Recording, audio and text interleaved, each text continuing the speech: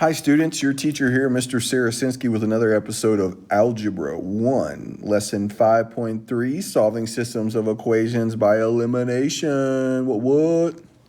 Okay, so what is the elimination method, you ask? Well, it is a method for solving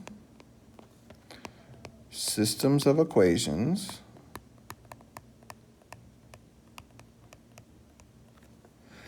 by adding or subtracting to eliminate variable. Well, how do you do that, Mr. Sarasinski? It's funny you should ask. Here are the steps to solve. Step 1, make sure the equations are lined up. This is crucial. Step 2, add or subtract the equations to eliminate the variable with the common coefficient. Step 3, solve for the remaining variable. Step 4, substitute your answer into either original equation and solve for the other variable. All right, here we go. Solving by elimination. Best way to learn is through practice. So let's subtract the second equation from the first equation. Y minus y is 0. 3x minus x is 2x. And 4 minus 2 is 2. Now I have an equation that I can solve for x because one of the variables was eliminated. I'm going to subtract 2 from both sides. 2x equals negative 2, divide by 2, and x equals negative 1.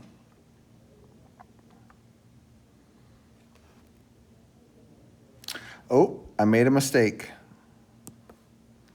Go back. Now this is where you need to be careful, and I'm a perfect example for why in this moment. If you are subtracting these two equations, then this becomes a positive 2. All right, so y minus y is 0, 3x minus x is 2x, and 4 plus 2 is 6. Subtract 6 from both sides, and you get 2x equals negative 6, and divide by 2, and you get x equals negative 3. Well, this is very important, and something that I'm going to have to be more cautious about as I solve the remaining examples. Now I can take x equals negative 3, and I'm going to plug it into the second equation because I think it is going to be easier to solve. Negative 3 minus 2, and negative 3 minus 2 is negative 5. So the solution to this system of equations is negative 3, negative 5. Number 2, I'm going to subtract the equations. And since I'm subtracting and there's a negative, this is going to become a positive, and that's something that I'm just going to have to be cautious of as I go here. So x minus x is 0, 4y plus y, 5y, 13 minus 3, 10. 0 goes away, so we just have 5y equals 10. Divide by 5 on both sides, and y equals 2. Now I can take what y equals and plug it back into the first equation to solve for x. 4 times 2 is 8. Subtract 8 from both sides, and x equals 5. So the solution is 5, 2. Number 3, subtract. And the reason I know to subtract, just in case you're wondering, is if I subtract, then 3x minus 3x will cancel out. We have to be careful of our signs. This changes to plus a 9y. So this is 0. This is negative 1y, and 14 minus 15 is negative 1. We're going to divide by -1 on both sides. And y equals +1. If y equals +1, I can plug it in for y into my first equation and solve for x. 10 times 1 is -10. That's -10 times 1. I'm going to add 10 to both sides. Those cancel, and 3x equals 24. Divide by 3, and x equals 8. The solution, 8, 1. Number 4. Here I am going to subtract again. This changes to a positive. 4x plus 2x is 6x. 2y minus 2y is 0. And 6 minus 18 is -12.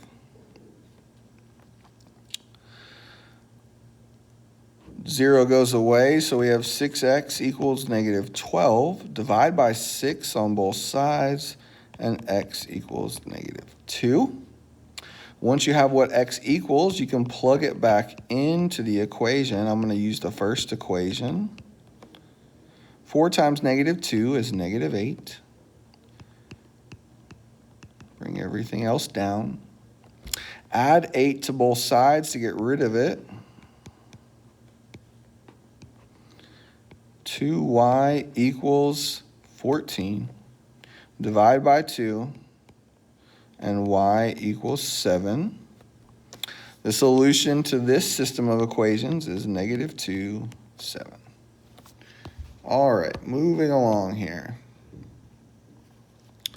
All right, number 5. Number 5, we have opposite signs with my x. This is called a term. The x terms are opposite signs. So since they're opposite signs, this time I can add and they'll cancel out. And it's wonderful to be able to add because you don't have to worry about changing any signs. You don't have to worry about that double negative that shows up.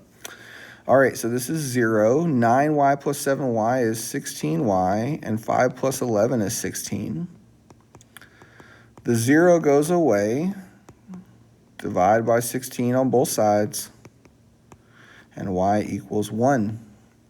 If y equals 1, then we can plug it back into our equation, and I'm going to use the first one to figure out what x is.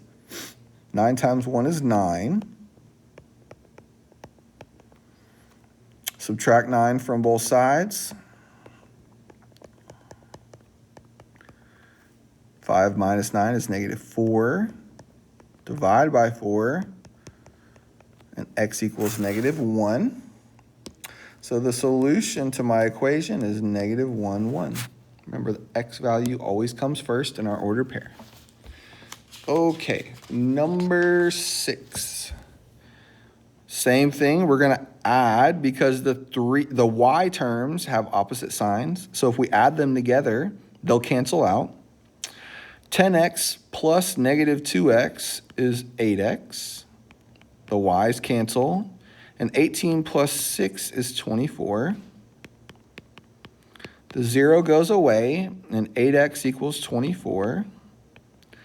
Divide by 8 on both sides, and x equals 3. Now I'm going to take what x equals, and I'm going to plug it into my first equation to solve for y. 10 times 3 is 30. Subtract 30 from both sides. -3y equals -12. Divide by -3, and y equals 4. Solution to number 6 is 3, 4. Number 7, we're going to add our two equations. The y terms have opposite signs, so adding them together will cancel them out. X plus 3x is 4x. -y plus y is 0. And 10 plus 18 is 28. The 0 goes away, so we have 4x equals 28. And then divide by 4, and x equals 7. If x equals 7, then we can plug 7 into our first equation and solve for y. We're going to subtract 7 from both sides to get rid of it. And negative y equals 3. And we can't leave negative y as a negative. We have to divide both sides by negative 1. And y equals negative 3. So the solution to our equation, 7, negative 3. Number 8. Here, our equations are not lined up. So what we need to do is we need to get the equal sign in the same place in both equations. I think the easiest way to do that is to subtract 3y in the first equation from both sides. So we'll get x minus 3y equals 11. Now you can see my terms are lined up. Okay, so all I did was subtract 3y from both sides, moved it to the left in the first equation. Now, I need to subtract these two equations because when I do, it will create opposite signs in the y terms and they will cancel out. 2x minus x is x. The y terms cancel each other out. And 16 minus 11 is 5. The 0 goes away, and x equals 5. If x equals 5, then I can plug it in, and I'm going to plug it into my second equation for no particular reason other than I just covered up the first equation, and I can't see it well. 2 times 5 is 10, minus 3y equals 16. Subtract 10 from both sides, and negative 3y equals 6. Divide by negative 3, and y equals negative 2. So the solution is 5, negative 2. Number 9. Again, the equations are not lined up. So this time, I think I'm going to move the x term to the other side. So I'm going to subtract 5x from both sides. And I get negative 4y equals negative 5x plus 20. Now you can see the equal sign is in the same place in my equations.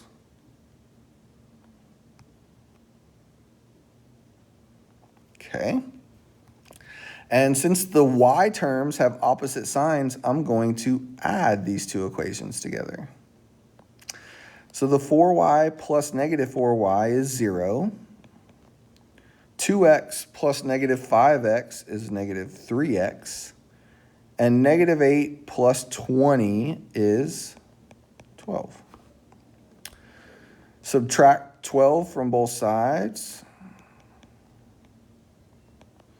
Negative 3x equals negative 12. Divide by negative 3. And x equals positive 4. If x equals positive 4, then I can plug it into my first equation, and I can solve for y. 2 times 4 is 8. 8 minus 8 is 0. And if I divide by 4 on both sides, y equals 0. Therefore, the solution, x equals 4, y equals 0. Number 10, subtract. If I subtract, the x terms will cancel out. Change the sign of the y term. 0, 3x minus 3x is 0. Negative 4y minus positive 4y is 0. And negative 10 minus, and this needs to become a positive, negative 10 minus positive 13 is 3. Therefore, 0 equals 3. And what kind of statement is this? False. If you're solving a system of equations and everything cancels out and you're left with a false statement, these are parallel lines, no solution. All right, number 11. Our equations are not lined up, so I'm going to subtract 2x from both sides in the second equation. Okay, so I get negative 2x minus y equals 10. So these are my equations. All right. Now, I notice the x terms have opposite signs, so I can add these equations together. 2x and negative 2x, that cancels. Y and negative y, that cancels. Negative 10 and 10, that cancels. So everything cancels, and all I'm left with is 0 equals 0, which is a true statement. If what you're left with after everything cancels out is a true statement, then that means these are overlapping lines.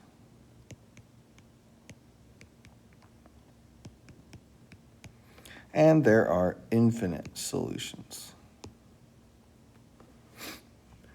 I am your teacher, Mr. Sharasinski, and this is the way.